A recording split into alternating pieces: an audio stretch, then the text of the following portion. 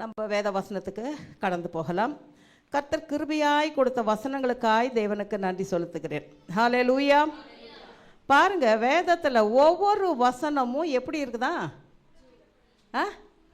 புடமிடப்பட்டிருக்குது. பொண்ணுன்றாரு, முத்துன்றாரு, தங்கன்றாரு, பவளன்றாரு. என்னது வசனங்க? அந்த வசனத்தை யோசிக்க யோசிக்க ஆராய ஆராய பார்க்க பார்க்க அது ஒரு பேர் என்ன பண்ணலாம்? நம்ம பேரை மாற்ற முடியுமா?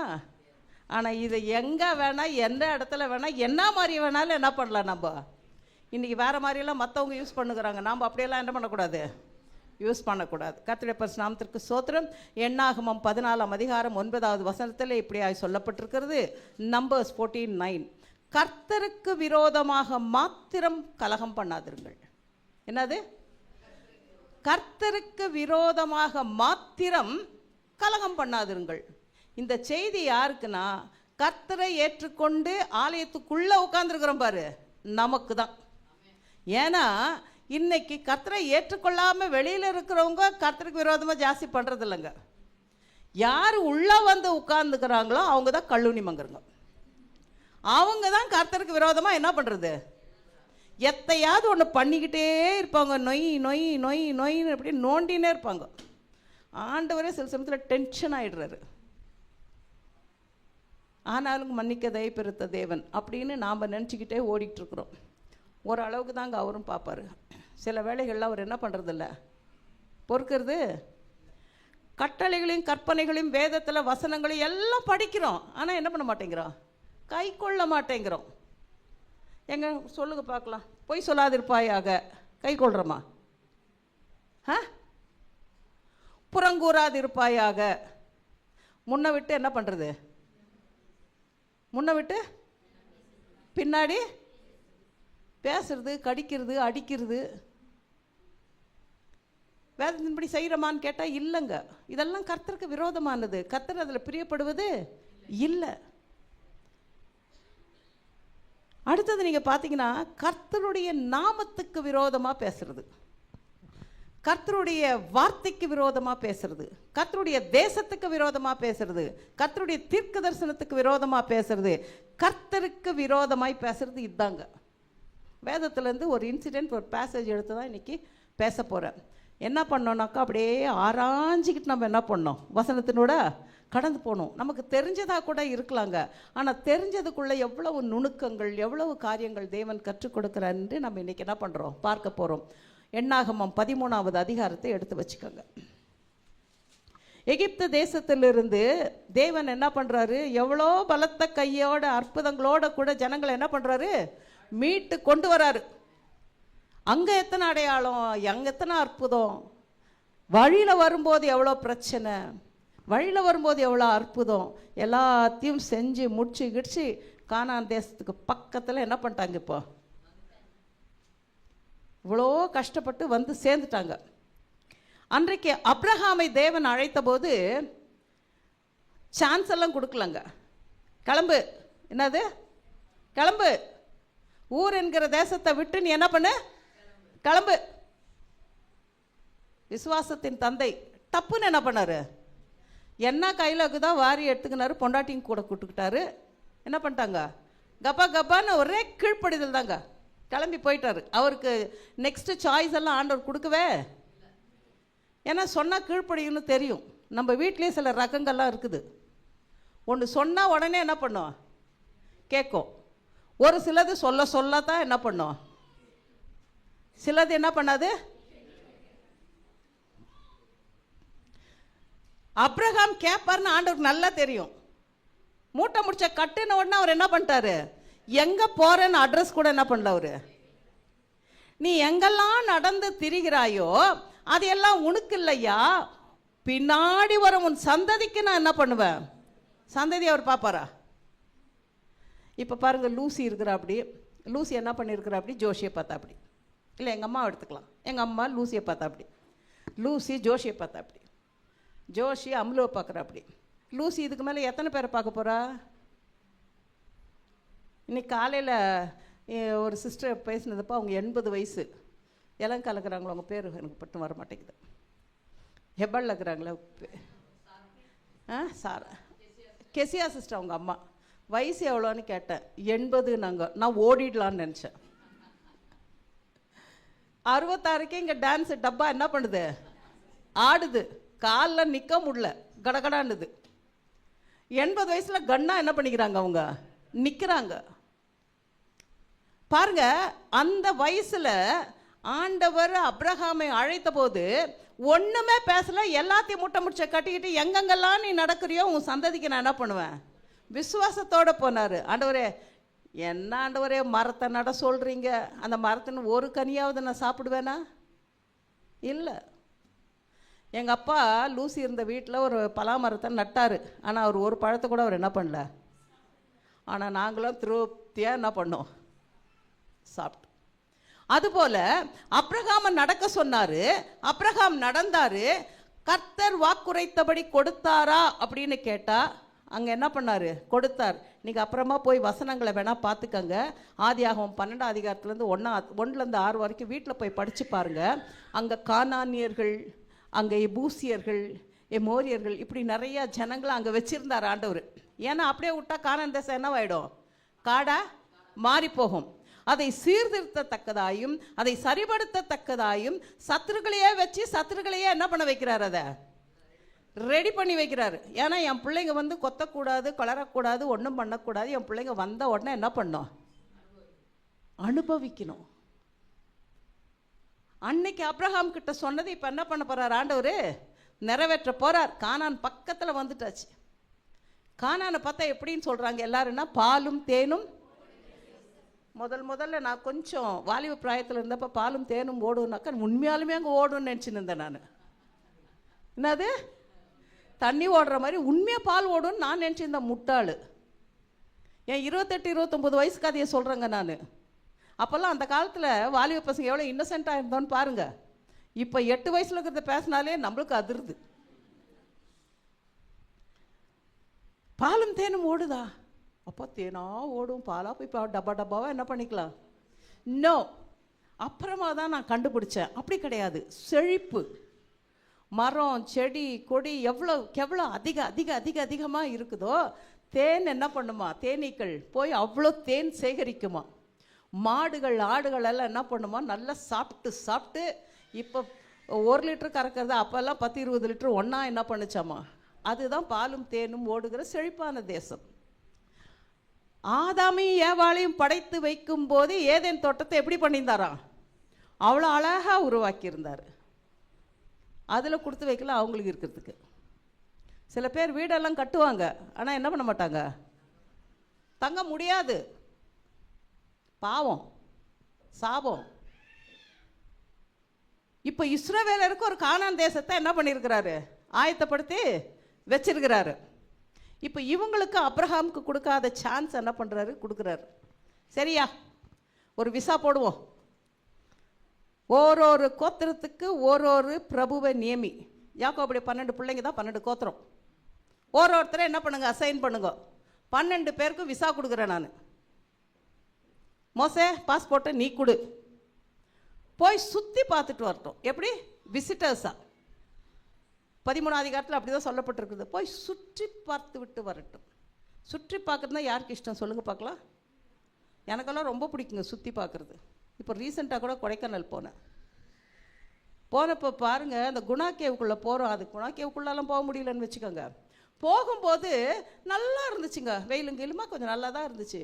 உள்ளே போய் பார்த்து ஒரு 15-20 நிமிஷத்துக்குள்ளெல்லாம் பார்த்தா ஒரு பனி வந்து மூடுது பாருங்கள். என்னையும் பாசிட்டிவே தெரியல. அவ்வளோ ஒரு அருமையான கிளைமேட்டு. அவருடைய சிருஷ்டிப்பு எப்பவுமே த பெஸ்ட்டு. ஏமேன். அங்கே குணா வந்ததுனால கிடையாதுங்க, இது தேவன் அங்கே சிருஷ்டிச்சதுனால வந்த கிளைமேட்டு. Super climate. அப்போ நீங்கள் கொஞ்சம் யோசிச்சு பாருங்க, இஸ்ரவேல் ஜனங்களுக்கு கொடுக்கறதுக்கு அவர் கானான் தேசத்தை எப்படி பண்ணி வச்சிருப்பாரு. ஏமேன். என் ஜனம் அங்கே போச்சுன்னா ஒன்றுமே செய்ய வேண்டாம். நடாததை என்ன பண்ணுவாங்க, அனுபவிப்பாங்க. செய்யாததை எல்லாம் அவங்க என்ன பண்ணுவாங்க, அனுபவிப்பாங்க. எல்லாத்தையும் ப்ரிப்பேர் பண்ணி ரெடி பண்ணி என்ன பண்ணியிருக்கிறாரு, வச்சிருக்கிறார். ஆனால் அப்ரஹாமுக்கு கொடுக்காத சான்ஸை யாருக்கு கொடுக்குறாரு, இஸ்ரவேல் ஜனங்களுக்கு. பாரு எவ்வளோ நேசிக்கிறார் பாருங்களேன்.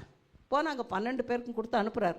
ஆனால் போகும்போது ஒன்று மோசே வந்து ஒரு வெள்ளை அறிக்கை தயார் பண்ணி கொண்டு வர சொல்கிறார். குட் ரிப்போர்ட், நான் சொல்கிறத வச்சு நீங்கள் ஒரு ரிப்போர்ட் ரெடி பண்ணி என்ன பண்ணணும், அங்கேருந்து கொண்டு வரணும். வசனம் வாசிக்கலாம். 13ஆம் அதிகாரத்தில் 18ஆம் வசனம். தேசம் எப்படிப்பட்டது என்றும் அங்கே குடியிருக்கிற ஜனங்கள் பலவான்களோ பலவீனர்களோ கொஞ்சம் பேரோ அநேகம் பேரோ. ரொம்ப முக்கியங்க அது. தேசம் முதல்ல எப்படிப்பட்டதுன்னு தெரிஞ்சாதான் அங்கே போய் என்ன பண்ண முடியும், வாழ. இல்லாமல் தான் அந்த தேசத்துக்கு என்ன பண்ண முடியாது. ஆஸ்திரேலியா போகிறாங்க, கனடா போகிறாங்க. இப்போ கனடாலாம் போனால் ஒதுக்கிறாங்க நம்மளை. எப்படி இருக்குது தேசம்னு முதல்ல என்ன பண்ணோம் பாருங்க. அங்கே இருக்கிற ஜனம் பலவான்களா பலவீனரா, கொஞ்சம் பேரா நிறைய பேரா, அவர்கள் குடியிருக்கிற அந்த பட்டணம் நல்லதா கெட்டதா, பட்டணங்கள் எப்படிப்பட்டது, கூடாரங்களில் குடியிருக்கிறார்களோ கோட்டைகளில் குடியிருக்கிறார்களோ என்றும், நிலம் எப்படிப்பட்டது, அது வளப்பமானதோ இளப்பமானதோ என்றும், அதில் விருட்சங்கள் உண்டோ, மரம் இருக்குதான்னு பார்க்க சொல்றாரு. மரம் தான் அந்த ஊருக்கு. இன்னைக்கு தான் நம்மளது மரமே வைக்க மாட்டேங்கிறாங்களே, எல்லாம் என்ன பண்ணுறாங்க, வெட்டி தள்ளினுங்கிறாங்க. ஆனால் ஆண்டவர் சொல்கிறார் பாருங்க, மரம் இருக்குதான்னு பார்க்க சொல்கிறாரு. விருட்சங்கள் இருக்கிறதா.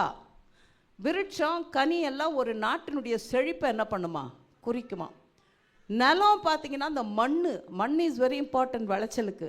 அது நல்லா இருக்குதான்னு பார்க்க சொல்கிறாரு. இப்போ தான் சாயில் டெஸ்ட்டு அந்த டெஸ்ட்டு எல்லாம் எடுத்து பார்க்குறாங்க. அன்றைக்கெல்லாம் அதெல்லாம் ஒன்றுமே கிடையாது. அப்படின்னா அவங்க எப்படி கண்டுபிடிச்சிருப்பாங்கன்னு பாருங்கள். அப்போ அவங்களுக்கு ஆண்டவர் எவ்வளோ ஞானத்தை கொடுத்துருப்பாங்கன்னு பாருங்கள். ஒரு 9 பாயிண்ட் கொடுத்து வரும்போது ஒரு திராட்சை பழத்தையும் அத்திப்பழத்தையும் மாதுளம் பழத்தையும் கொண்டு வர சொல்கிறார் பாருங்கள். வேறு ஒன்றும் அதிரசத்தை எடுத்துன்னு வா, முறுக்கு எடுத்துன்னு வா, அதெல்லாம் அவர் என்ன பண்ணல, கலக்காமட்டை எடுத்துன்னு வா, அதெல்லாம் சொல்லுங்க. பழங்கள் கனிகள் தேவனுக்கு ரொம்ப பிரியமான காரியம். எப்படி இருக்குதுன்னு பார்த்து இத்த 3 தான் என்ன பண்ண சொல்கிறாரு, எடுத்துகிட்டு வர சொல்கிறாரு. 9 பாயிண்ட் கொடுத்து இதில் ஒரு வெள்ளை அறிக்கை தயார் பண்ணி கொண்டு வாங்க, குட் ரிப்போர்ட் எடுத்துன்னு வாங்கன்னு அனுப்புகிறாரு. இப்போ எத்தனை பேர் இங்கேருந்து கிளம்புறாங்க, 12 பேர் கிளம்புறாங்க. 12 பேரும் போகும்போது ஒரே இறுதி இருந்தது, ஒரே மனம் இருந்தது, எல்லாரும் ஒரே மாதிரி இருந்தாங்க. 12 பேரும் ஒரே எண்ணத்தோடு கூட என்ன பண்ணாங்க, போனாங்க, புறப்பட்டு போனாங்க. சுற்றி பார்க்கும் போதும் எப்படி தான் பார்த்தாங்க, ஒரே மாதிரி தான் பார்த்தாங்க. ஆனால் பார்த்தவருடைய கண்ணோட்டங்கள் வித்தியாசமாக இருந்தது. இன்றைக்கி அந்த கண்ணோட்டம் இஸ் வெரி டிஃப்ரெண்ட். இப்போ என்ன பார்க்குறவங்க ஒரு பக்கத்துலேருந்து பார்த்து என்ன சொல்லுவாங்க, ஐயோ அந்த ஆண்டி பேசினா எப்படி இருக்கும் தெரியுமா அப்படின்னு நல்ல கண்ணோட்டம். இன்னொரு கண்ணோட்டத்தில் சொல்லுவாங்க, எப்பா இந்த ஆண்டி வந்தால் சும்மா திட்டிக்கிட்டே இருக்கிறாங்க அப்படின்னுவாங்க. இன்னொரு கூட்டம் என்னப்பா, ஒரு இறுதியும் ஒரு மாதிரி.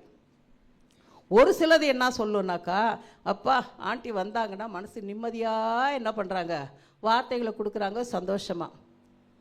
இது உள்ளதான் உட்கார்ந்துருக்கிறீங்க, ஆனால் உங்கள் இறுதியம் எப்படி இருக்குது, ஒரு மனமா இல்லை, ஒரே இறுதியும் இல்லை, ஒரே எண்ணம் இல்லை, ஒரு கண்ணோட்டத்தில் ஒன்று என்ன பண்ணுறாங்க, 12 பேரும் பார்க்குறாங்க.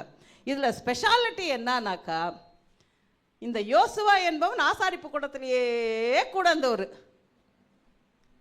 எப்போ பாரு மோசே கீழேயே உட்கார்ந்துருந்தாரு. மோசே என்ன சொல்கிறாரோ புள்ளி மாறாதபடிக்கு அப்படியே கீழ்ப்படிஞ்சு செய்கிற ஒரு மனுஷன், கர்த்தருடைய ஆவியை பெற்றிருந்த மனுஷன். இந்த காலேபை எடுத்துக்கிட்டிங்கனாக்கா, அவர் வேறே ஆவியை உடையதவனும் கர்த்தரை உத்தமமாய் பின்பற்றுகிறவனுமாய் இருந்தான். இவங்க 2 பேரை பற்றி மாத்திரம்தான் ஒரு நல்ல அறிக்கை கொடுக்கப்பட்டிருக்குது, ஒரு நல்ல குணாதிசயம் கொடுக்கப்பட்டிருக்குது. மீது 10 பற்றி ஒன்றுமே என்ன பண்ணல. ஒன்று எடுத்துன்னு வந்தால் சொல்லலாம், நான் இப்போ சொல்லலை. இந்த 10 ஒரே மாதிரி யோசிக்கிறது. இந்த ஒரே மாதிரி யோசிக்கிறதெல்லாம் ஒன்றா சேர்ந்துக்கும். சபையிலையும் சேர்த்து தாங்க சொல்கிறேன். வேண்டாது யோசிக்கிறதெல்லாம் ஒன்றா என்ன பண்ணிக்கும். நல்லது யோசிக்கிறது ரொம்ப கம்மி தான் எல்லா இடத்துலையும். அது என்ன பண்ணும், ஒரு பக்கம் தனியாக அப்படியே தெரியும். அது விலையே இருக்கும், அது யாரும் சேர்த்தவே என்ன பண்ண மாட்டாங்க. அது ரொம்ப பரிதாபகரமான காரியம். ஆனால் அவர்களோடு கூட தேவன் இருப்பதை அவர்கள் உணர்ந்தார்கள். ஹல்லேலூயா. மெஜாரிட்டி யாருன்னா இந்த 10 பேர். மைனாரிட்டி யாருன்னா யாரு? இப்போ மெஜாரிட்டி பெருசா மைனாரிட்டி பெருசா? மெஜாரிட்டி தாங்க பெருசு. 10 பேர்னா 10 பேர் என்ன சொல்றாங்களோ அதுதான் கரெக்ட். அடிச்சு இன்னைக்கு நம்ம என்ன பண்ணலாம், பேசலாம், அப்படிதான். ஆனால் கர்த்தர் அப்படி கணக்கு, அவர் கணக்கே வித்தியாசங்க. கூட்டி கழிச்சு பாருங்க, எல்லாம் சரியா இருக்கும். நல்லா டைலாகெல்லாம் என்ன பண்ணலாம், சொல்லலாம். கூட்டினாலும் கழிச்சாலும் நம்பர் கரெக்டாக வரணும் மனுஷனுக்கு. ஆனால் ஆண்டவருக்கு அப்படி இல்லைங்க. ஒரு நாள் 1000 வருஷம் போலன்றாரு. 10 பேர் சேர்ந்து 100 பேரை துரத்துவான்றாரு. என்ன கணக்குங்க அதெல்லாம்? அவர் கணக்கு என்டையர்லே டிஃப்ரெண்ட்டுங்க. அந்த கணக்கெல்லாம் நம்ம இது புத்திக்கெல்லாம் என்ன பண்ணாது, அது எட்டாது. 10 பேரும் போனாங்க. 10 பேரும் அழகாக அறிக்கை எல்லாம் எடுத்தாங்க. அறிக்கை மீன்ஸ் ரிப்போர்ட் எடுத்துன்னு வந்தாங்க.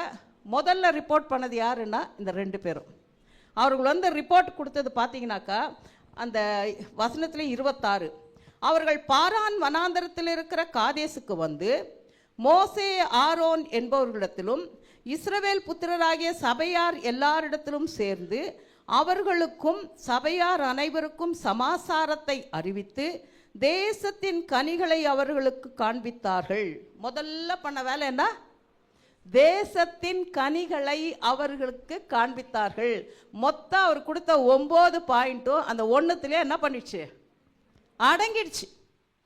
சில பேரெல்லாம் பேச சொன்னால் சூப்பராக பேசுவாங்க. இயேசு கிறிஸ்துவானர் சொல்கிறார் பாருங்க, பிரதான கட்டளை எது அப்படின்னு கேட்டால் இந்த 10 கட்டளையும் அடக்கி 2 கட்டளையில் என்ன பண்ணிட்டார் அவர்?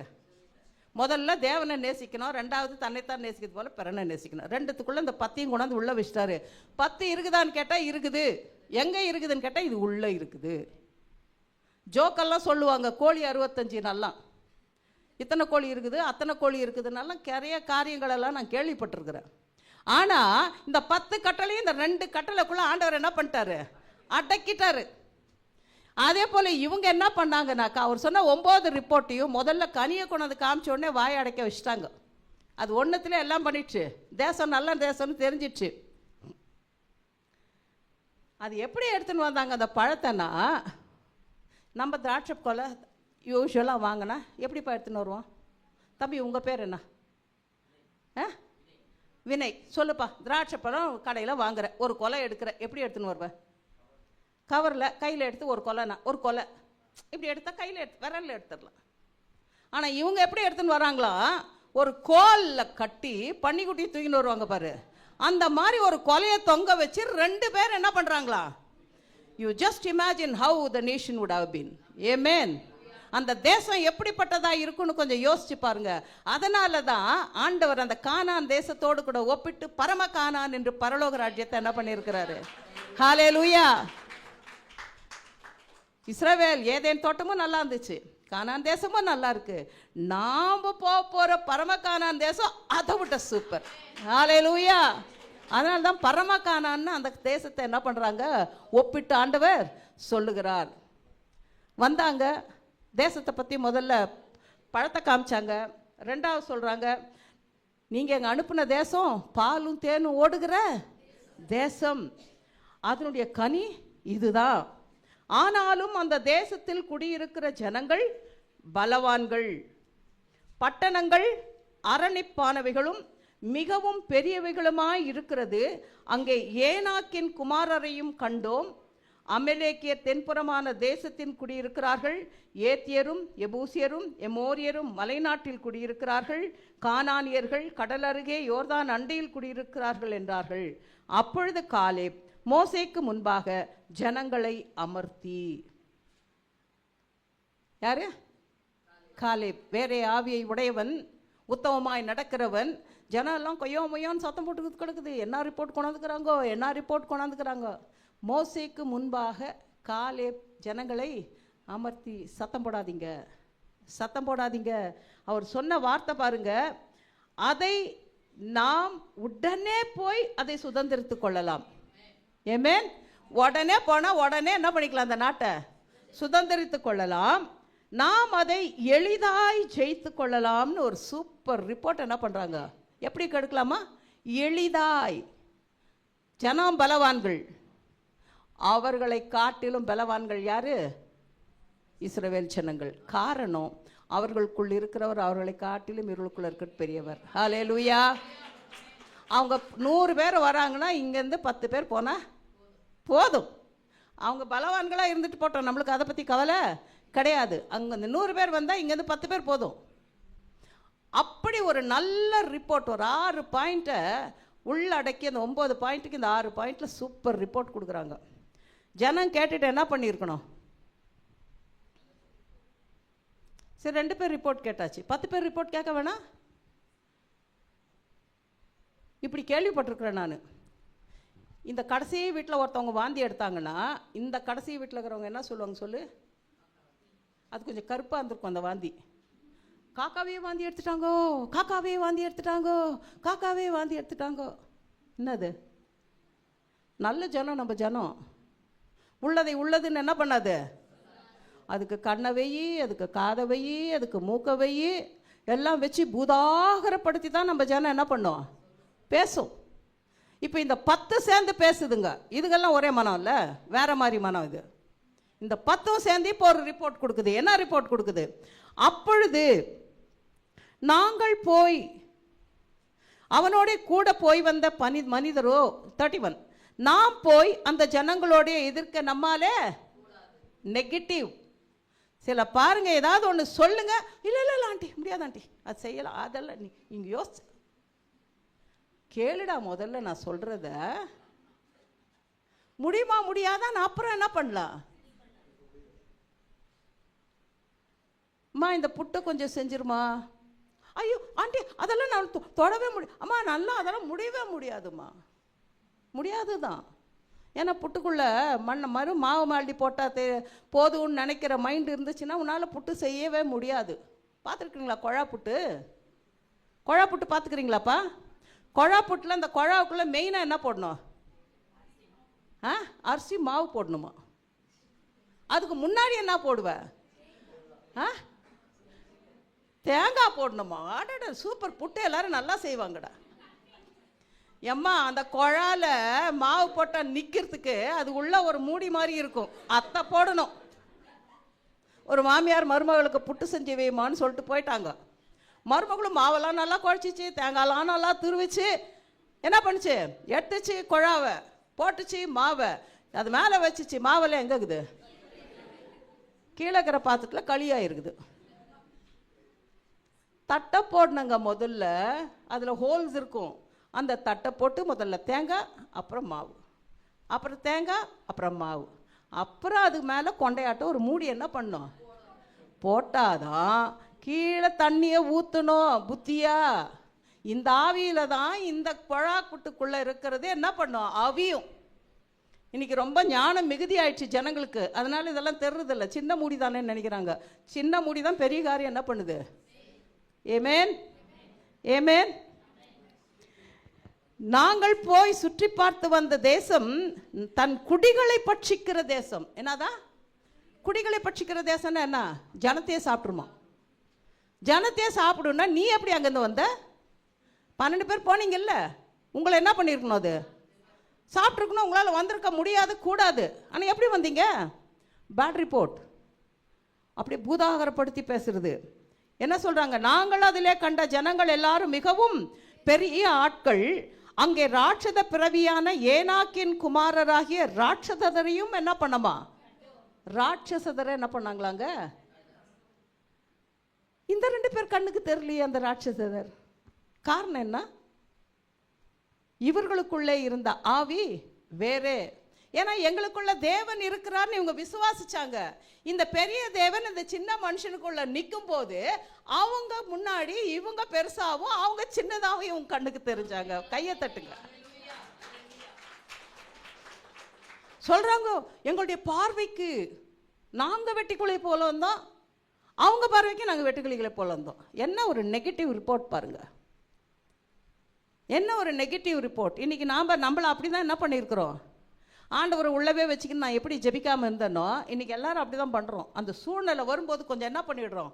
பதட்டம் ஆகிடுறோம். அது எவ்வளோ பெரிய பாஸ்டர் இருந்தாலும் சரி, எவ்வளோ பெரிய ஊழியக்காரங்களாக இருந்தாலும் சரி, எவ்வளோ பெரிய விசுவாசிகளாக இருந்தாலும் சரி, சீனியர் விசுவாசியாக இருந்தாலும் சரி, ஜூனியர் விசுவாசியாக இருந்தாலும் சரி, அந்த நேரம் பதட்டம் வரும்போது நம்ம என்ன பண்ணிடுறோம்? தடுமாறிடுறோம்.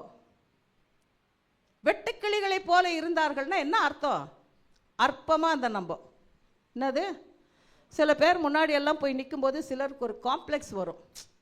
அவங்க அழகாகிறாங்க, நாம் எப்படி இருக்கிறோம்? அவங்க நல்லா கருப்பாக இருக்கிறாங்க, நாங்கள் நல்லா வெள்ளையாக்குறாங்க, அவங்கெல்லாம் நாங்கள்லாம் கருப்பாக இருக்கிறோம். அப்போ ஆஃப்ரிக்காவே இருக்கக்கூடாது இல்லைங்களா pastor? Colour is not beauty. Colour அழகு கிடையவே கிடையாது. எல்லாம் அப்படி யோசிக்கிறாங்க. கலராக இருந்தால் போதும் பொண்ணுன்னு நினைக்கிறாங்களே தவிர குணம் பொண்ணுக்கு இருக்குதான்னு என்ன பண்ணுறது இந்த காலத்தில்? அதை பார்க்கறது இல்லை. பணம் இருக்குதா, கார் தருவாங்களா, பைக்கு தருவாங்களா, இதெல்லாம் பார்த்து 3 மாதத்தில் என்னது டைவோர்ஸ். அதான் வாங்கிட்டே எல்லாம். அப்புறம் நீ எதுக்கு? தேவன் அதையெல்லாம் என்ன பண்ணுறதில்ல, பார்ப்பது கிடையாது. வெட்டுக்கிளிகளை போல நாங்கள் இருந்தோம்னு இவங்களையே இவங்க தாழ்த்தி ஒரு காம்ப்ளெக்ஸு, அந்த காம்ப்ளெக்ஸில் பேசி மனத்தாழ்மை கிடையாது, அதுக்கு பேர் தாழ்வு மனப்பான்மை. நீங்கள் கொஞ்சம் அப்படியே 1 சாமுவேல் 17 அதிகாரத்துக்கு அப்படியே போங்களேன், எடுக்க வேண்டாம். அந்த இடத்துல காத்தூரானாகிய கோலியாத் 6 முழம் 1 ஜான் தானாம் ஹைட்டு. அவன் போட்டிருந்தது யாராலும் தூக்கவே முடியாதான். அவன் அந்த கேடையை யாராலும் தூக்க முடியாது, வாழை தூக்க முடியாது. நீங்கள் 17 அதிகாரம் அங்கே போய் பார்த்தீங்கன்னாக்கா அவனை அவ்வளோ பூதாகரப்படுத்தி என்ன பண்ணியிருப்பாங்க. ஆனால் தாவீது எவ்வளோ பேர் இருந்தார்? சிவந்த மேனியும் அழகிய ரூபமும் சௌந்தர்யமும், ஒரு நார்மல் மனுஷன் யாருக்கு முன்னாடியே. ஆனால் தாவீதுக்குள்ளே இருந்தவரோ மிகவும் பெரியவர். இப்போ இங்கே தாவீது என்ன யோசிப்பான்னு நான் நினைக்கிறேன்னா, டேய் நீ தானே வெட்டுக்கிளி மாதிரி இருக்கிற என்னது. ஏன்னா தாவீது ஆண்டவருக்குள்ளே இருக்குன்னா இவ்வளோ பெருசாக தெரிவார். இப்போ கோலியாத் எப்படி ஆயிட்டாரு? வெட்டுக்கிளி ஆயிட்டார். இது இவ்வளோண்டு தெரிஞ்சிருப்பார். அவர் அதை பற்றி கவலையே படலைங்க. அவரது மெயின் டாஸ்க் என்ன? ஜீவனுள்ள தேவனை நீ என்ன பண்ண, சேனைகளின் கர்த்தரை நீ நிந்தித்தபடினால உனக்கு நான் கண்டிப்பாக ஒரு ஆப்பு என்ன பண்ணுவேன், வச்சே ஆவேன். ஆப்பு வைக்க போகிறது தாவீது கிடையவே. நீங்கள் கொஞ்சம் யோசிச்சு பாருங்க, மனுஷிகமாக யோசிச்சு பாருங்க. மாம்சத்தின் பிரகாரம் அவ்வளோ பெருசாக நிற்கிறவங்க கிட்ட முன்னாடி இவ்வளோன்னு ஒரு கல் எடுத்து அடிச்சு அவன் செத்துருவானா? கிடையாதுங்க, கிடையவே கிடையாது. ஆவிக்குரிய கண்களை நாம் திறந்து பார்ப்போமானால், நான் இப்படியெல்லாம் யோசிக்கிறேங்க. அவன் கல்லை சோட்டும் போது ஆண்டவர் தான் அது எரிஞ்சிருப்பார். ஏமேன். அவன் சுழண்டு மேலே வந்து அடிச்சிருப்பான்னா மேலே சுழட்டி ஆண்டவர் என்ன பண்ணியிருப்பாரு? தாவீது அப்படியே தூக்கின்னு வந்து கல் பச்சுன்னு என்ன பண்ணியிருப்பாரு? நான் இப்படியெல்லாம் ரொம்ப கற்பனை உலகத்தில் இருக்கிறவ. ஆண்டவரை பற்றி இப்படியெல்லாம் கற்பனை பண்ணி பார்க்கும்போது எனக்கு அவ்வளோ பெரிய சந்தோஷமாக இருக்கும். அப்படி அவங்க யோசிக்கிற மாதிரி இந்த 10 கூமுட்டை யோசிச்சிருந்துச்சுனாக்கா பேட் ரிப்போர்ட் என்ன பண்ணியிருக்காது, கொடுத்தே இருக்க மாட்டாங்க. பேட் ரிப்போர்ட் கொடுத்தே இருக்க மாட்டாங்க. வெட்டுக்கிளிகளை போல நாங்கள் இருந்தோம். அப்போ தாவீது அந்த இடத்துல எப்படி இருந்தார் பாருங்க, பெரிய மனிதனாய் இருந்தார். அந்த இடத்துல பெலிஸ்தனை என்ன பண்ணுவாங்க, கோலியாத்தை வெட்டுக்கிளியாக மாற்றி இவர் உயர்ந்து நின்றார். அந்த இடத்துல யார் நாமம் மகிமைப்பட்டது என்றால் தேவனுடைய நாமம். இந்த 10 பேரும் சேர்ந்து துர்ச்செய்தியை என்ன பண்ணுறாங்க, பரப்புறாங்க பரப்புறாங்க பரப்புறாங்க. 10 பேரும் சேர்ந்து துர்ச்செய்தியை அப்படி பரப்புகிறார்கள். கர்த்தருக்கு விரோதமாக துர்ச்செய்தி நம்ம என்ன பண்ணக்கூடாது, பரப்பவே கூடாதுங்க. இப்போ நீங்கள் 14 அதிகாரத்தில் பார்த்தா, அப்பொழுது சபையார் எல்லாரும் கூக்குரலிட்டு புலம்பினார்கள்.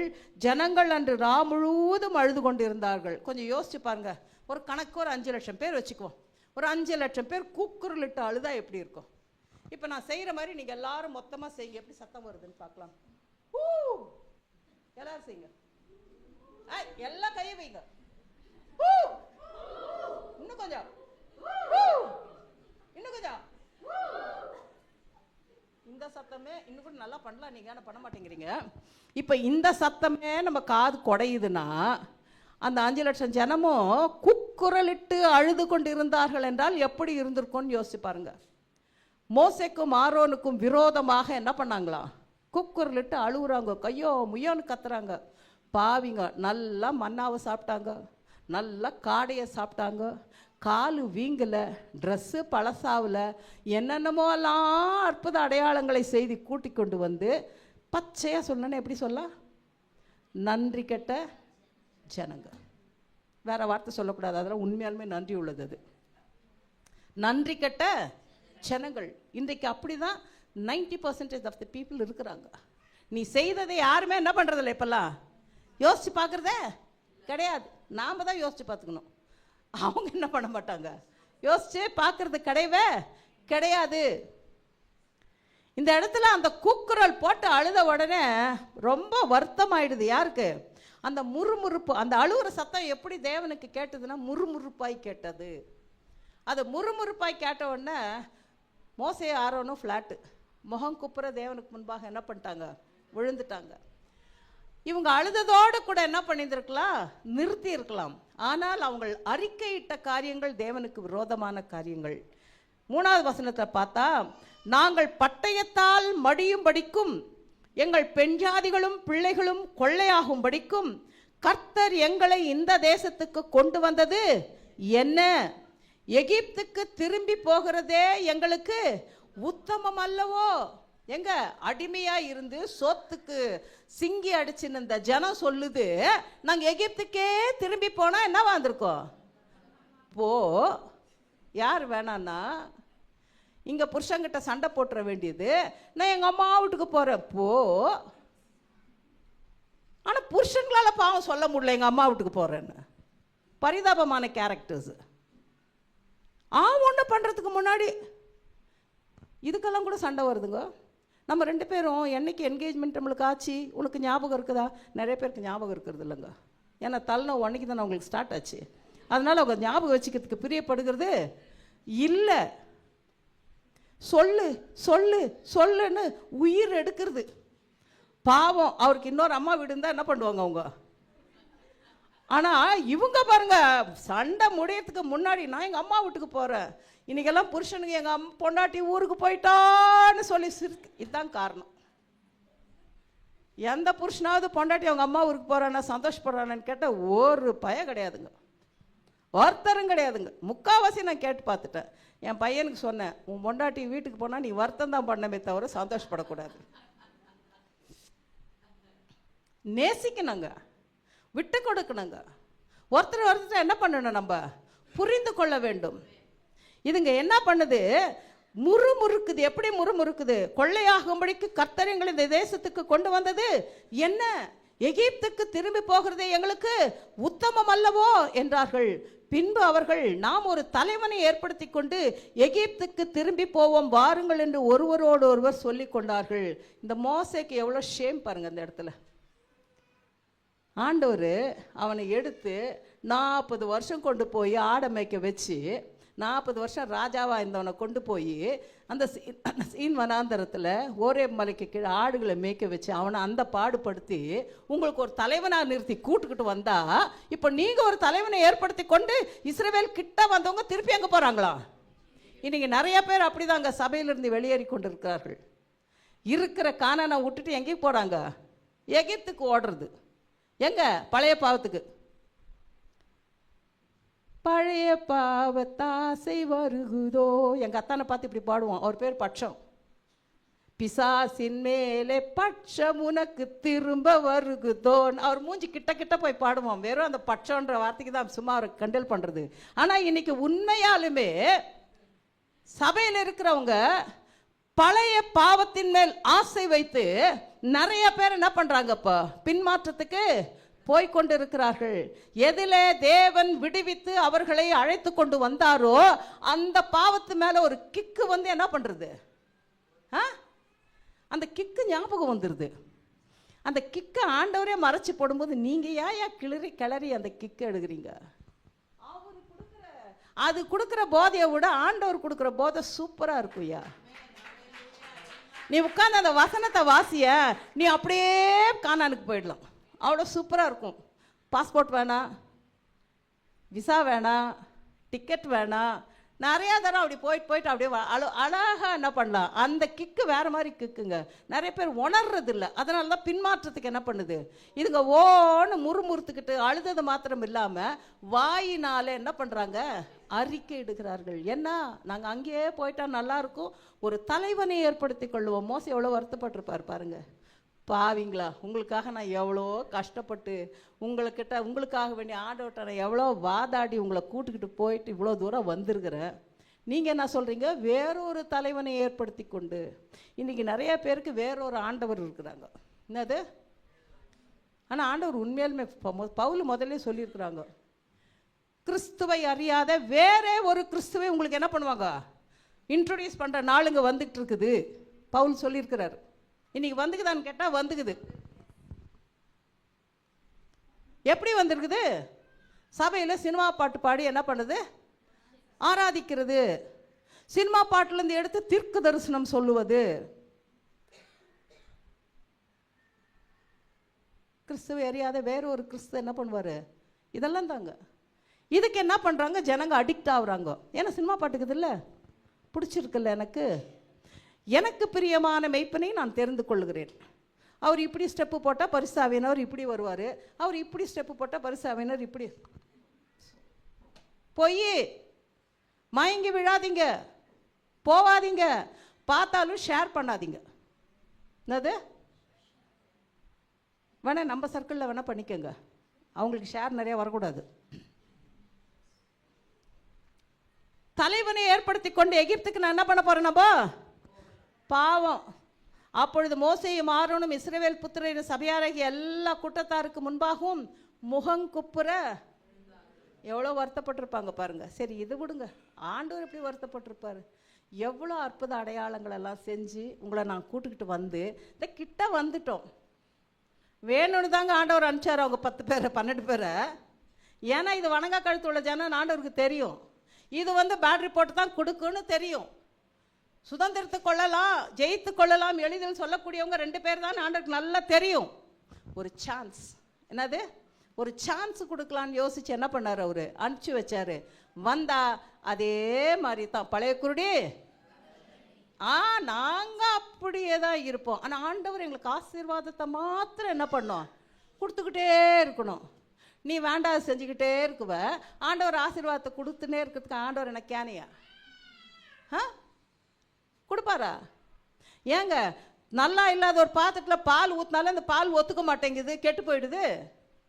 நீ ஆண்டவருக்கு விரோதமாக செஞ்சுக்கிட்டே இருப்ப, உனக்கு ஆசீர்வாதத்தை மாத்திரம் ஆண்டவர் ஊற்றிக்கிட்டே இருப்பாரா? பண்ண மாட்டாருங்க, பண்ண மாட்டார். அதுக்கு பதிலாக இன்னொருத்தன் ஊற்றுவான். என்னது, சாபத்தை ஊற்றின்னு இருப்பான், ஆனால் உங்கள் கண்ணுக்கு அது ஆசீர்வாதமாக தெரியும். ஐயோ, அந்த ஃப்ரெண்டு ரொம்ப நல்லவன். என்னது, ஏன் உனக்கு என்ன பாவெல்லாம் பிடிக்குதோ அவனுக்கு என்ன பண்ணிக்குது, அது உனக்கு என்ன தேவையில்லாத கர்த்தருக்கு விரோதமாக காரியம் பிடிக்குதோ அதெல்லாம் அவனுக்கு என்ன பண்ணுது, நல்லவன் தான். அதுவே எங்களுக்கு என்ன இல்லை, அது நல்லவனா? எங்கள் அம்மா சொல்லுவாங்க, உங்களுக்கு நான் முன்னமே சொல்லியிருக்கிறேன், இல்லை அந்த பொண்ணு சரி கிடையாது நீ போவாத. இல்லை, அவங்க நல்லவங்க தான். இல்லை, அவங்க நல்லவங்க தான். தொடப்புக்கட்டையே பொழந்தாலும் தொடப்புக்கட்டையே உதிர்ந்தாலும் நான் ஒத்துக்க போகிறது கிடையாது. எங்கள் அம்மா அடி நிறுத்த போகிறது கிடையாது. ஆனால் ஆண்டவர் என் கண்களை திறந்தபோது கண்டுபிடித்தேன். ஏமேன், எதுக்கு இவ்வளோ அடி வாங்கணும்? அது முன்னமே அவங்க சொன்னப்போ பெரியவங்களுக்கு எக்ஸ்பீரியன்ஸ் இருக்குது. பெரியவங்க கத்தருக்குள்ளே இருக்கிறவங்க சொல்லும்போது கீழ்ப்படிஞ்சிடலாம் இல்லையா? இன்றைக்கி வாலிப பிள்ளைங்க அப்படி கிடையவே கிடையாது. என்ன தெரியுமா சொல்கிறாங்க, நீங்கள் எல்லாம் அனுபவிச்சிட்டீங்க, நாங்கள் அனுபவிக்க போகும்போது மாத்திரம் நீங்கள் என்ன பண்ணுவீங்க, போட்டு ஸ்டாப் போட்டு நிறுத்துறீங்கன்னு. பாவீங்களா? நீங்கள் போய் அது உள்ள உழக்கூடாதுன்னு தான் எச்சரிக்கையாக என்ன பண்ணுறோம், எச்சரிக்கைன்னு அந்த ரெட் கலர் போர்டு அங்கே என்ன பண்ணுறோம், நாங்கள் வைக்கிறோம்.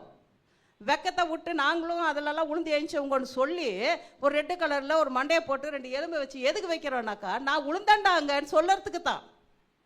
யாரும் சொல்ல மாட்டாங்க, போட்டு உளுந்துட்டு போட்டோன்னு போவாங்க. ஆனால் நாங்கள் ஒரு ரெட்டு கலர் போர்டு எங்களையும் அறியாமல் நாங்களும் அதில் உளுந்தோன்னு அசிங்கமாக சொல்லி உங்களுக்கு எச்சரிப்பு கொடுக்கறதுக்கு தான் நாங்கள் என்ன பண்ணுறது. இல்லை, நாங்கள் பூசி மொழிவி இல்லை கர்த்தர் எங்களை அப்படி ரட்சித்தா, கர்த்தர் எங்களை இப்படி ரட்சித்தா நாங்கள் சொல்லிட்டு என்ன பண்ணலாம், போகலாம். ஆனால் நாங்கள் உங்கள் பிள்ளைகளாக நேசிக்கிறதுனால அந்த எச்சரிப்பு போர்டு அந்த இடத்துல நாங்கள் என்ன பண்ணுறோம், உங்களுக்கு வச்சுக்கிட்டே இருக்கிறோம். நீ பார்க்குறியோ பார்க்கலையோ, பார்த்தா தப்பிச்ச. ஏமேன். ஹல்லேலூயா. அப்போ வந்துச்சு பாரு உங்க முகம் குப்புற விழுந்த உடனே நூனின் குமாரராகிய யோசுவாவும் காலேபுக்கும் ஒரே ஆத்திரம், சட்டையே கிழிச்சுக்கிறாங்க. டேய் பாவிங்களா, நம்ம பார்த்துட்டு வந்த தேசம் மகா நல்ல தேசம்டா, ஏண்டா இப்படி பண்றீங்க? நம்ம போனா எளிதாய் அவர்கள் எல்லாம் என்ன பண்ணுவாங்க, பிடிச்சிடலாம். அவங்க ஜனங்கள்லாம் நம்மளுக்கு இரையாவார்கள். முக்கியமான ஒன்று, அவர்களை காத்த நிழல் அவர்களை விட்டு விலகிற்று. எதுங்க அது காத்த நிழல்? ஆண்டவர் தாங்க. இப்போ என் பிள்ளைங்க வரப்போகிறாங்க, நீ காலி பண்ணி வீட்டை. என்னது, என் பிள்ளைங்க வராங்க, இப்போ நீ என்ன பண்ண, இப்போ வீட்டை இவ்வளோ நாள் உன்னை வச்சு இதெல்லாம் செட்டில் பண்ணின்னு இருந்த, அவ்வளோதான் முடிஞ்சு போச்சு, நீ கிளம்பு. காத்த நிழல் அவர்களை விட்டு விலகிற்று.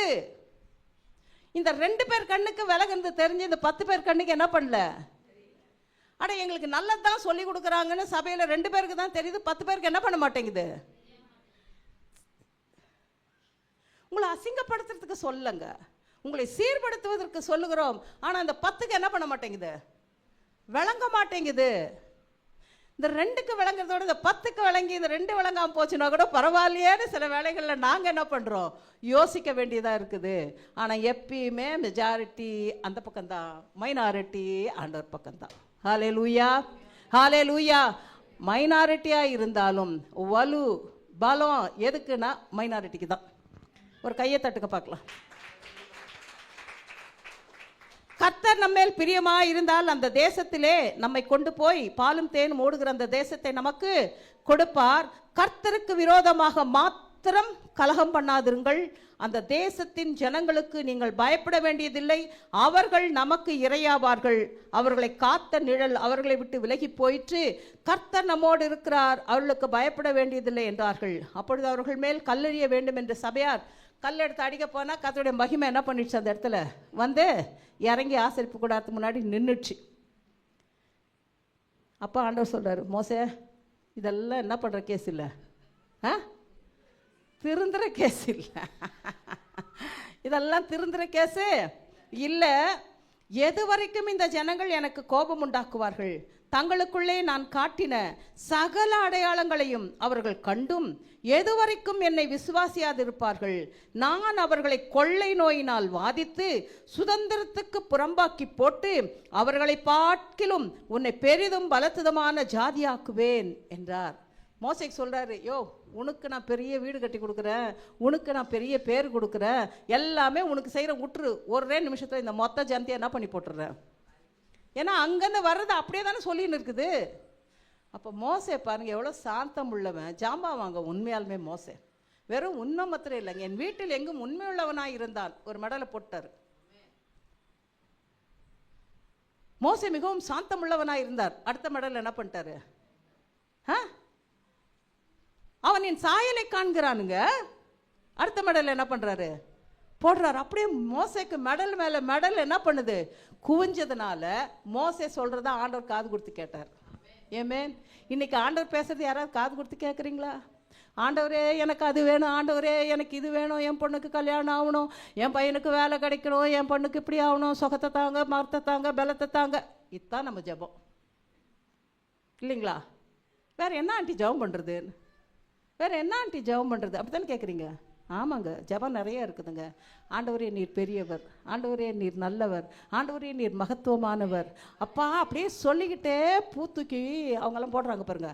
அந்த மாதிரி நாம் என்ன பண்ணோம், துதியின் பூவை தூக்கி தூக்கி அவருடைய செயல்களை எல்லாம் ஒன்று ஒன்று சொல்லி போட போட போட ஆண்டவர் அப்படியே என்ன பண்ணுவாரா, கூல் டவுன் ஆகிடுவார். மோசே பண்ண வேலை அதுதாங்க, மோசே பண்ண வேலை அதுதாங்க. இப்போ மோசே சொல்கிறாரு, ஆண்டவர் என்ன பண்ணுறாரா, இவ்வளோ நாள் ஆண்டவர் சொல்லி மோசே என்ன பண்ணிருந்தாரு, கேட்டுருந்தாரு. இப்போ மோசே பேசுகிறாரு, ஆண்டவர் என்ன பண்ணுறாரு, கேட்குறாரு. எப்படி கேட்குறாருன்னா, கர்த்தர் மோசையை நோக்கி, மோசே கர்த்தரை நோக்கி, எகிப்தியர் இதை கேட்பார்கள். எதை கேட்பாங்க, எல்லாத்தையும் சாவடிச்சு போட்டீங்கன்றதை கேட்பார்கள்.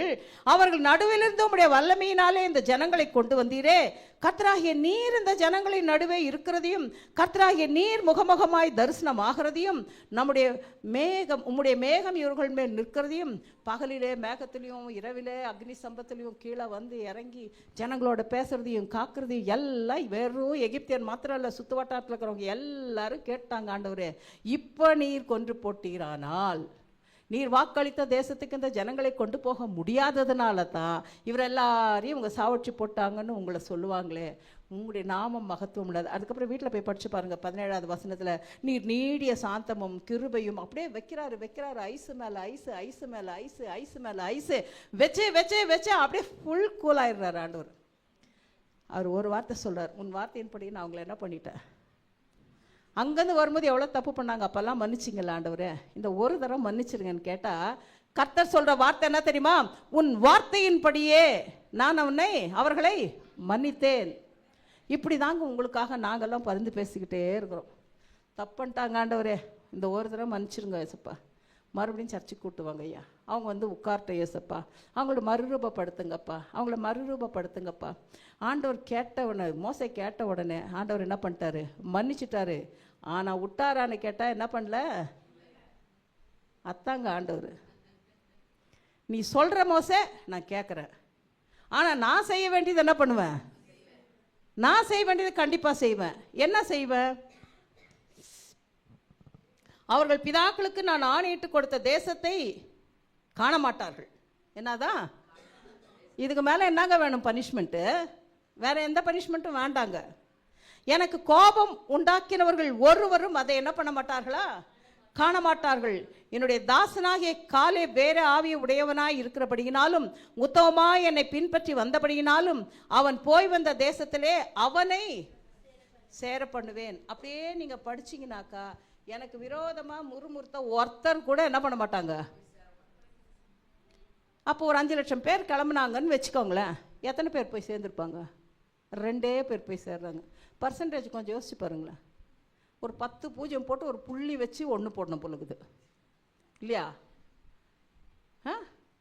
இப்போ இத்தனை கோடி ஜனம் இருக்கிறோம், பரலோக ராஜ்யத்துக்கு எத்தனை பர்சன்டேஜ் போக போகிறோம்? நம்ம அந்த 2 பேர் கணக்கில் இருக்கிறோமா, அந்த 10 பேர் கணக்கில் இருக்கிறோமா? ஆண்டவர் இதெல்லாம் நம்மளை பார்த்து இன்னைக்கு கேள்வி கேட்டுக்கிட்டு இருக்கிறாரு. அந்த 2 பேர் கணக்கில் நம்ம இருக்கிறோமா, அந்த 10 பேர் கணக்கில்? மைனாரிட்டியில் இருக்கிறீங்களா, மெஜாரிட்டியில் இருக்கிறீங்களா? சொல்லுங்களா ஒரு பதில் சொல்லுங்க ஐயா. நான் மைனாரிட்டியில் தான் இருப்பேன், நான் மைனாரிட்டியில் தான் இருக்கிறேன். அப்படி தைரியமாக என்ன பண்ணணும்? சொல்லணும்.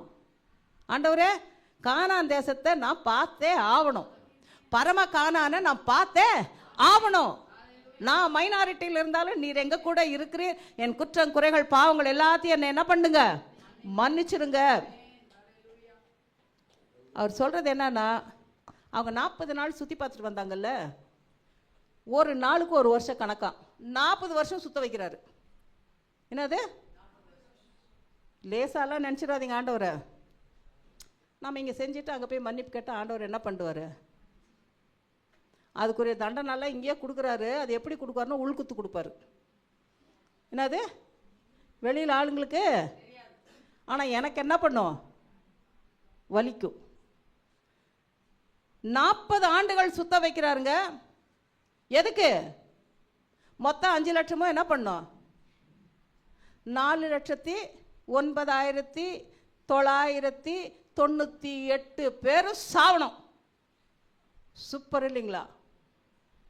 சூப்பர் இல்லைங்களா? ஏன் காரணம் என்ன? கர்த்தருக்கு விரோதமாய் செய்ததுனால, கர்த்தருக்கு விரோதமாய் துர்ச்செய்தி பரப்பினதுனால. இந்த 2 பேர் மாத்திரம்தான் என்ன பண்ணுவாங்க? பார்த்து வந்த கானான் தேசத்திலிருந்து போயிட்டு வந்ததில் இந்த 12ல் 2 தான் அது உள்ள என்ன பண்ணும்? கிரீன் கார்டு வாங்குவாங்க. பர்மனெண்ட் ரெசிடென்ஸ் கார்டு அங்கேக்கு யாருக்கு கிடைத்தா? 2 பேருக்கு அந்த சந்ததியில். ஆனால் எந்த பஞ்சாதிய பிள்ளைங்களெல்லாம் கொள்ளையாடிடுவாங்கோ, நாங்கள் திருப்பி எகிப்துக்கே போனோன்னு நீங்கள் சொன்னீங்களோ, அந்த பிள்ளைங்க 20லிருந்து அதுக்கு மேற்பட்ட ஜனங்கள் செத்து போவீங்க. அதுக்கு கீழ்ப்பட்ட ஜனங்கள் எல்லாம் என்ன பண்ணும்? கானான கையை தட்டுங்க. ஏன் அது 20 வயசுக்கு கீழ்ப்பட்ட? அந்த 20 வயசுக்குள்ள தான் அது திருத்த முடியும். இது 20க்கு மேலெல்லாம் போயிட்டா என்ன பண்ண முடியாது, ரொம்ப கஷ்டம். எல்லாத்துக்கும் கேள்வி கேட்கும். 8 வயசே கேட்குது, இப்போ பதில் சொல்கிறதுக்கு முடிய மாட்டேங்குது. ஆண்டவர் அப்பத்த கணக்கு 20 வயசு சொல்லிக்கிறாரு. ஏன்னா 100 வயசில் அப்ரஹாம் புள்ள பெத்தாரு இல்லை, இப்போ 100 வயசில் புள்ள பெத்தா என்னை பற்றி சிரிக்க மாட்டாங்க இல்லையா? அப்போ கல்யாணம் ஆனதே 40 வயசு 70 வயசில் தான் என்ன பண்ணியிருக்கிறாங்க. இப்போ கல்யாணம் 70 வயசுல 500 வயசில் புள்ள பிறந்தா எப்படி பண்ணுவாங்க? அது வேற கணக்கு, இப்போ இது வேற கணக்கு. இப்போ 20க்குள்ளன்னு வைக்கிறத நாம் என்ன பண்ணலாம், ஒரு 15க்குள்ளன்னு வச்சுப்போம். அது கூட இல்லையா பாருங்க, கேட்க மாட்டேங்குது, கீழ்ப்படிய மாட்டேங்குது. ஆனாலும் அஞ்சல வளையாது, 50 என்ன பண்ணாது, வளை அடி, தப்பா பேசினா வாய் மேலேயே குடு. பிள்ளையாண்டானே பிறம்பு நீ கையாடுறதுனால அவன் செத்து போகிறது கிடையாதான், அவன் ஆத்மாவே நீ காக்குறாய். கையை தட்டுங்க. உன் பிள்ளை சரீரத்தை காட்டிலும் உன் பிள்ளையுடைய ஆத்மா பெருசுங்க. அதை காக்கணும் நீனாக்கா, பிள்ளை தப்பு பண்ணும்போது என்ன பண்ணும், கரெக்ட் பண்ணும். புருஷன் தப்பு பண்ணும்போது என்ன பண்ணும், சொல்லணும். பொண்டாட்டி தப்பு பண்ணும்போது சொல்லணும். ட்ரெஸ்ஸு கிழிஞ்ச மாதிரி போட்டுன்னு போகிறாங்களே, டேய் தச்சு கொடுக்குறான்னு சொல்லணும். இல்லை மம்மி ஃபேஷன் மம்மின்னா, டேய் முட்டி தெரியறதோ மேலே தெரியறதுமாடா ஃபேஷன்னு, தச்சு கொடுங்க. அவன் எவ்வளோ பணம் கொடுத்து வாங்கியிருந்தாலும். குழந்தைங்களுக்கு இப்போவே அங்கே தெரிகிற மாதிரி இங்கே தெரிகிற மாதிரி ட்ரெஸ் எல்லாம் என்ன பண்ணாதீங்க, வாங்கி போடாதீங்க. பிள்ளைகளுக்கு அடக்கத்தை ஒழுக்கத்தை சொல்லி கொடுங்க. இன்றைக்கி அந்த ஒழுக்கம் அடக்கம் கிடக்கெல்லாம் என்ன பண்ணிடுது, நீயே நான் அழகாக பேசுகிறவங்க அச்சம் மடம் நாணம் அப்படின்னா பயிர்ப்புனா என்ன அப்படிலாம் கேட்குறாங்க. அது இருந்தால் தானே உங்களுக்கு சொல்கிறதுக்கு. அது என்னன்னே உங்களுக்கு தெரிய மாட்டேங்குது, உங்களுக்கு சொல்லி கொடுத்து எனக்கு என்ன பிரயோஜனம்? சுதந்திரம், பெண் சுதந்திரம், பெண் சுதந்திரம் நீ கேட்கலாம், ஆனால் பெண் விடுதலை நீ என்ன பண்ணக்கூடாது. சுதந்திரத்துக்கும் விடுதலைக்கும் நிறைய வித்தியாசம் இருக்குதுங்க. விடுதலைன்னா பிச்சு கட்டிக்கிட்டு போகிறது, நீ என்ன சொல்கிறது நான் என்ன கேட்குறது, விடுதலை. சுதந்திரன்றது உனக்குள்ள உரிமைகள், அவளுக்குரிய உரிமைகளை நம்ம என்ன பண்ணணும், கொடுக்கணும். ஆனால் விடுதலை எடுத்துக்கிட்டு பச்சை கொடி காமிச்சிக்கிட்டு நான் போயிடுவேன், நான் இப்படி செஞ்சிடுவேன், அதுக்கு என்ன டைவோர்ஸ் இருக்குது, நோ, அதெல்லாம் வேலைக்கு என்ன பண்ணாது, ஆகவே ஆகாது. அங்கே போகிறதுக்கு உன்னால் என்ன பண்ணாது, முடியாது. 20 வயசுக்குள்ளே என்ன பண்ணிடணும், அந்த ஜனங்களை எல்லாம் அடக்க முடியும்னு ஆண்டவர் நினைத்ததுனால உன் பிள்ளைகள் என்ன பண்ணுவாங்க, கானான் தேசத்தை காண்பார்கள். ஹல்லேலூயா, ஹல்லேலூயா. அதனால் உங்களில் ஒருத்தன் கூட அதில் போக மாட்டான். இந்த 2 பேர் என்ன உடனே அப்பயாவது கீழ்ப்படியணும் இல்லையா? இல்லைங்க, அப்போவும் என்ன பண்ணல, கீழ்ப்படியில். மறுநாள் காலையில் இந்த வார்த்தைகளை கேட்டு துக்கப்பட்டு நீங்கள் செங்கடல் எந்த பக்கம் வந்தீங்களோ அந்த சமுத்திரத்து பக்கம் போங்கன்னா இது மறுபடியும் என்ன பண்ணுது, கானானுக்கே ஏறுது. சொல்கிறாரு ஆண்டவர், அங்கே அமலேக்கியர் அம்மோனியன் இருக்கிறாங்க, கானானியர் இருக்கிறாங்க, அந்த பக்கம் போகாதீங்க. கர்த்தர் நீங்கள் விரோதமாக பேசுனதுனால நடந்ததுனால உங்களை விட்டு தூரம் போயிட்டாரு, நீங்கள் போகாதீங்கன்னாலும் திருப்பி எங்கே போகுது, மலை தான் ஏறுது. இறங்க என்ன பண்ண மாட்டேங்குது, இறங்க மாட்டேங்குது. ஏன், பழக்க தோஷம், பழகி போச்சு. தப்பு பண்ணி பண்ணி பண்ணி பண்ணி பழகிட்டா அது தப்பு மாதிரியே நம்மளுக்கு என்ன பண்ணாது, தெரியாது. அங்கேருந்து கிளம்புனதுலேருந்தே தேவனுக்கு விரோதமாகவே பண்ணிட்டு இருந்ததுனால அவங்களுக்கு தேவனுக்கு விரோதமாக பண்ணுறது விரோதமாக அவங்களுக்கு என்ன பண்ணல, தெரியல. இந்த வீண் செலவு பாருங்கள், பிள்ளைங்க செய்து செய்து செய்து பழக்கப்பட்டுனா. என்ன மம்மி நான் பண்ணேன், நான் ஒரு பிஸா தானே சாப்பிட்டேன். நீ பிஸா சாப்பிடியா, அவனு யார் வேணான்றாங்க. டெய்லி என்ன பண்ணாத, டெய்லி ஹோட்டலில் என்ன பண்ணாத. எதுக்கு சொல்கிறோம், எதுக்குப்பா சொல்கிறோம் சொல்லுங்கள். ஒன்று பணம் செலவு, ரெண்டாவது உன் வயிற்றுக்கு நல்லது இல்லை.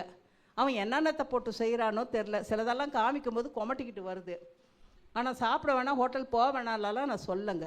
ஒரு மாதத்துக்கு ஒரு தடவை என்ன பண்ணலாம், அது லிமிட்டடாக கம்மியாகிற இடத்துல போய் சந்தோஷமாக மன நிறைவாக சாப்பிட்டு வரணும். புரியுதுங்களா நான் சொல்கிறது, புரியுதப்பா நான் சொல்கிறது? கம்மி காசில் சந்தோஷமாக சாப்பிட்டு வரணும். ஐடியா உங்களுக்கு தெரியுமா? நமக்குள்ள சந்தோஷம் இருந்துச்சுன்னா நீ செலவு பண்ணுற காசை நம்ம என்ன பண்ண மாட்டோம், பார்க்க மாட்டோம். அந்த சந்தோஷத்தை தான் நம்ம என்ன பண்ணுவோம், பார்ப்போம். அப்போ கம்மி காசில் குடும்பமாக போங்க, ஒரு ஹோட்டலில் அழகாக ஒரு சாப்பாடை சாப்பிட்டோமா, வீடு வந்து என்ன பண்ணுங்க, அதை விட்டுட்டு 5000க்கு 8000க்கு சிலதெல்லாம் போட்டு பேசும்போது 4 அப்பலாமான்னு இருக்கும் எனக்கு. அவன் பாவம் அந்த 20,000 சம்பாதிக்கிறதுக்கு அவன் மோங்கப்புறம் உளுந்து பாவம் சம்பாதிச்சு கொண்டு வந்த காரியம் அவங்களுக்கு தான் தெரியும். இவங்க அழகாக போய் கார்டு என்ன பண்ணுவாங்க, சரி, அதுவும் முடியலையா? அந்த ஸ்வைப் பண்ணுறதுக்கு இல்லையா? கிரெடிட் கார்டு, கூகுள் பே காசு இருந்தால் தானே எடுக்க முடியும். கிரெடிட் கார்டு தீட்டி வச்சிட வேண்டியது. அவன் வந்தால் இப்போ என்ன பண்ணுறது? வீட்டுக்குள்ள ஓடி இல்லை வீடை காலி பண்ணின்னு. கர்த்தருக்கு விரோதமாக நம்ம என்ன பண்ணக்கூடாது? செயல்பட. பிள்ளைங்க சிரிக்கிறாங்க, எனக்கு தெரியும். அந்த மாதிரிலாம் நிறைய பேர் நான் பார்த்துருக்குறேங்க. பாவம் அம்மா அப்பா அவங்க தான் கிடந்து கஷ்டப்படுங்க. ஆமாப்பா என் பிள்ளை தான், ஆமாப்பா என் பிள்ளை தான். தெரியாதேப்பா, அவ்வளோதான் எங்களுக்கு தெரியும், வேற எங்களுக்கு சொல்ல தெரியாத. இவங்க வாங்கினது நம்மளுக்கு என்ன சொல்லிட்டா வாங்கினாங்க இவங்க? இல்லை, இந்த ஜனம் என்ன பண்ணுது? ஏறுது மலை மேலே. அவன் அது உள்ளக்கிறவனை காத்த நிழல் போயிடுச்சு, அவன் கம்முன்னு இருப்பானா? வந்து எல்லாத்தையும் அடிச்சு ஓரமாக மட்டும் துரத்தி விட்டுட்டு அவன் என்ன பண்ணிட்டான் மேலே. இந்த மெசேஜினுடைய கண்டினியூவேஷனை அடுத்த மாதம் பேசுவேன். இப்போ இதெல்லாம் ஞாபகம் வச்சுக்கிட்டு நான் கேட்கும்போது நீங்கள் எனக்கு என்ன பண்ணோம்?